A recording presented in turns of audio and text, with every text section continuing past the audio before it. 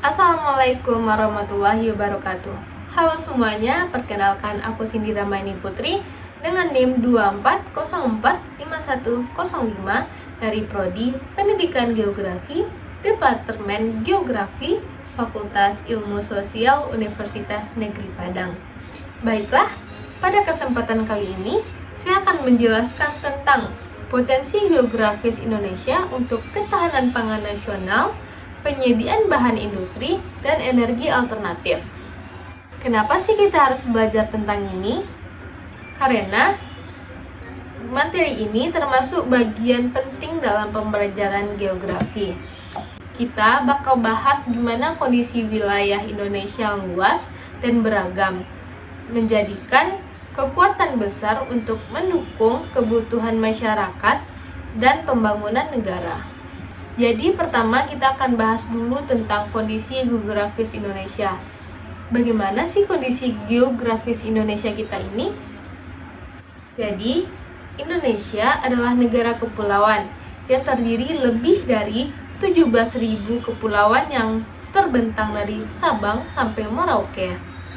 17.000 kepulauan ini termasuk di dalamnya pulau besar, pulau kecil, bahkan juga ada beberapa pulau yang belum diberi nama oleh negara kita.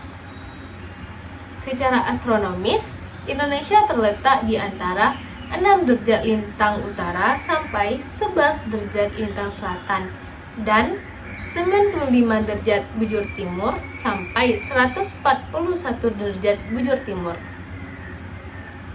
Letak inilah yang menjadikan negara Indonesia terletak di jalur garis khatulistiwa sehingga memiliki iklim tropis dengan 2 musim, yaitu musim hujan dan musim kemarau. Tetapi kondisi inilah yang banyak membawa keuntungan bagi Indonesia. Tanah di Indonesia umumnya subur karena adanya aktivitas gunung berapi. Curah hujan yang tinggi mendukung pertumbuhan tanaman sepanjang tahun. Selain itu, Indonesia juga diapit oleh 2 samudra besar, yaitu Samudra Hindia dan Samudra Pasifik, serta 2 benua, Asia dan Australia. Posisi strategis ini membuat Indonesia tidak hanya kaya sumber daya alam, tapi juga penting dalam jalur perdagangan internasional. Nah, dari segi potensi fisik, Indonesia memiliki beragam bentuk muka bumi. Ada gunung, dataran tinggi, dataran rendah, hutan tropis, dan lautan yang luas. Semua ini menjadi sumber daya alam yang sangat berharga bagi negara kita ini. Tergantung bagaimana cara kita mengelolanya dan bagaimana cara kita menjaga semuanya agar tetap terjaga dan terlestarikan. Contohnya, gunung dan pegunungan itu adalah menyediakan tanah vulkanik, sehingga tanah di Indonesia subur dan bisa digunakan sebagai lahan untuk pertanian. Yang kedua itu adalah sungai dan danau. Ini adalah menjadi sumber air utama untuk irigasi. Yang ketiga, laut yang luas menyediakan hasil perikanan yang melimpah, juga potensi energi seperti angin dan gelombang laut. Yang ketiga adalah hutan tropis Indonesia yang menjadikan Indonesia adalah paru-paru dunia dan sumber bahan baku industri seperti kayu dan rotan.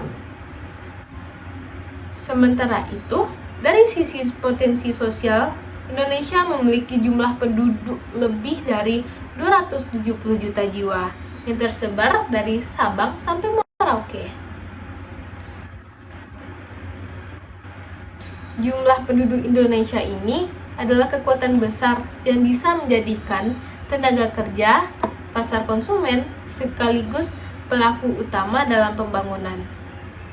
Selain itu, masyarakat Indonesia juga punya keragaman budaya dan kearifan lokalnya tersendiri. Dan itu semua berpengaruh terhadap cara mereka mengelola sumber daya alam di wilayah masing-masing. Jangan sampai karena kenafsuan kita sendiri, kita merusak lingkungan kita. Sekarang kita masuk ke bagian pertama, yaitu ketahanan pangan nasional. Maksudnya adalah ketahanan pangan nasional ini adalah kemampuan negara untuk memenuhi kebutuhan pangan masyarakatnya secara mandiri, cukup, dan berkelanjutan. Kondisi geografis inilah yang mendukung bagaimana cara kita mengkonsumsi dan mendapatkan pangan yang ada di Indonesia. Tanah yang subur dan iklim tropis membuat Indonesia bisa menanam berbagai jenis tanaman. Contohnya Pulau Jawa. Pulau Jawa ini loh disebut dengan lumbung padi nasional dengan sistem irigasi yang sudah maju. Yang kedua, Pulau Sumatera dan Kalimantan menghasilkan banyak komoditas perkebunan seperti kelapa sawit, karet, dan kopi. Sementara di Indonesia bagian timur seperti Nusa Tenggara dan Papua cocok untuk peternakan dan tanaman pangan lokal. Tanaman pangan lokal yang ada dan cocok untuk di Nusa Tenggara dan Papua itu ada jagung, ubi, dan sagu. Selain itu, laut Indonesia juga berperan dalam ketahanan pangan nasional karena menyumbang sumber dari protein hewani, dari ikan dan hasil laut lainnya. Kalau dikelola dengan baik, sektor pertanian, perikanan, dan peternakan bisa saling mendukung dan membuat Indonesia mandiri secara pangan tanpa harus banyak impor dari negara luar. Namun, tantangan pasti juga ada dan pasti akan terjadi. Misalnya, perubahan iklim, alih fungsi lahan, dan kurangnya regenerasi petani juga bisa mengganggu ketahanan pangan. Makanya, penting banget untuk memperkenalkan pertanian modern dan berkelanjutan kepada generasi muda selanjutnya. Karena pada zaman sekarang ini banyak generasi penerus yang memilih untuk bekerja di kota dan meninggalkan pertanian, sehingga membuat sektor pertanian yang ada di Indonesia ini semakin lama akan semakin menurun. Selanjutnya kita akan membahas tentang potensi geografis Indonesia dalam penyediaan bahan industri. Bahan industri ini adalah bahan baku yang diambil dari alam atau hasil pertanian untuk diolah menjadi barang jadi atau setengah jadi. Indonesia kaya banget loh dalam hal ini. Contohnya, yaitu adalah pertambangan. Indonesia punya cadangan nikel, timah, bauksit, tembaga, batu bara, dan emas yang tersebar di wilayah Indonesia. Contohnya aja di daerah Papua itu banyak loh tambang emas dan tambang tembaga, dan juga ada yang ilegal. Di mana aja sih persebarannya? Nikel banyak ditemukan di Sulawesi dan Maluku, bauksit di Kalimantan Barat, dan tembaga di Papua. Pertambangan ini sudah dilakukan oleh beberapa dari lembaga besar dari nasional. Yang kedua, hasil perkebunan. Kelapa sawit sering kita temui di wilayah daerah Riau dan Kalimantan, karet dari Sumatera Selatan, kakao dari Sulawesi, dan teh dari Jawa Barat. Selanjutnya adalah hasil hutan, yaitu kayu, rotan, dan bambu bisa jadi bahan industri mebel dan kerajinan. Hasil laut ini dapat berupa rumput laut, ikan, dan garam. Juga bisa jadi bahan industri makanan dan kosmetik. Tergantung cara kita bagaimana mengelolanya dengan baik. Letak Indonesia yang berada di jalur perdagangan internasional juga memudahkan Indonesia pada ekspor dan distribusi hasil industri ke berbagai negara. Potensi ini bisa memperkuat ekonomi nasional kalau dikelola secara efisien dan berkelanjutan. Bukan hanya diekspor mentah, tetapi juga dikelola dulu di dalam negeri, nanti baru kita ekspor. Tapi pada zaman sekarang ini dapat kita lihat bahwa kebanyakan sumber daya alam di Indonesia ini langsung diekspor mentah-mentahnya tanpa dikelola dulu di dalam negeri. Selanjutnya kita akan membahas tentang energi alternatif.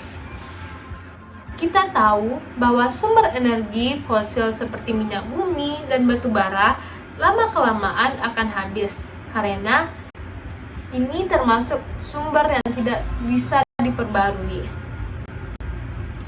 Nah, Indonesia punya potensi besar untuk mengembangkan energi terbarukan atau energi alternatif yang ramah lingkungan.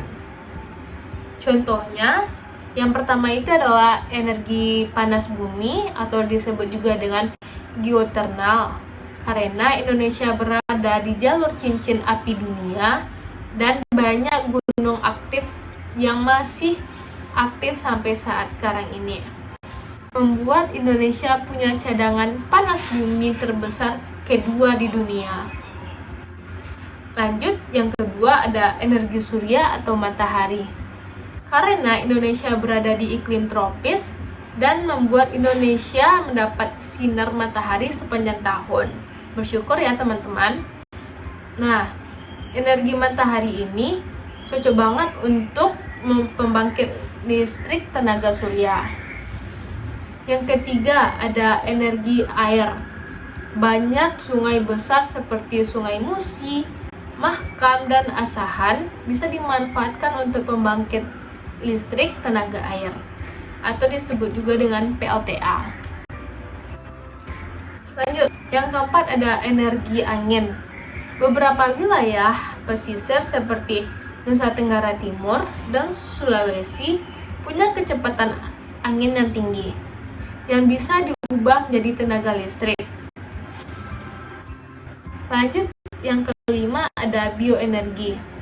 Jadi bioenergi ini adalah hasil limbah pertanian seperti jerami, tebu, dan kelapa sawit bisa diolah jadi biogas dan bioetanol. Kalau potensi ini dikembangkan dengan baik dan dengan serius, Indonesia bisa menjadi negara yang mandiri energi dan ramah lingkungan di masa depan.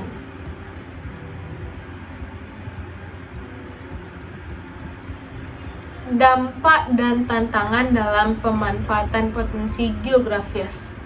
Selain potensi, tentu ada tantangan yang harus dihadapi. Beberapanya yaitu pertama, kerusakan lingkungan akibat eksploitasi sumber daya alam yang berlebihan.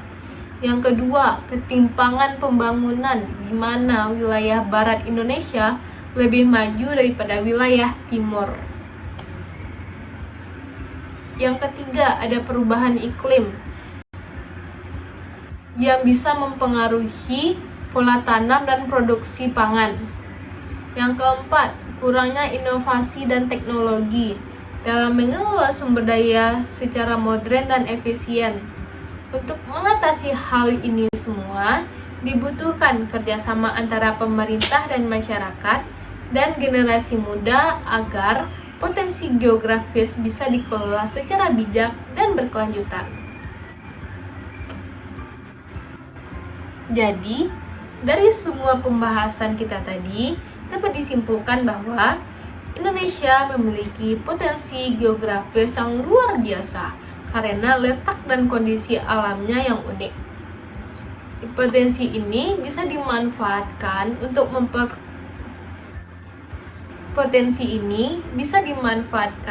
memperkuat ketahanan pangan, menyediakan bahan baku, industri, dan mengembangkan energi alternatif. Namun, pemanfaatan potensi ini harus dilakukan dengan memperhatikan kelestarian lingkungan dan pemerataan pembangunan. Kalau kita mampu mengelola potensi ini dengan bijak, Indonesia bisa menjadi negara yang mandiri, sejahtera, dan berkelanjutan. Nah, itu dia penjelasan tentang potensi geografis Indonesia terhadap ketahanan pangan nasional, penyediaan bahan industri, dan energi alternatif. Semoga dari penjelasan saya tadi, kita bisa lebih memahami betapa kayanya negara kita ini. dan betapa pentingnya menjaga serta memanfaatkan potensi dengan bijak. Baiklah, mungkin sekian dari video saya. Terima kasih sudah menonton. Semoga video saya bermanfaat dan sampai jumpa di video selanjutnya. Dadah.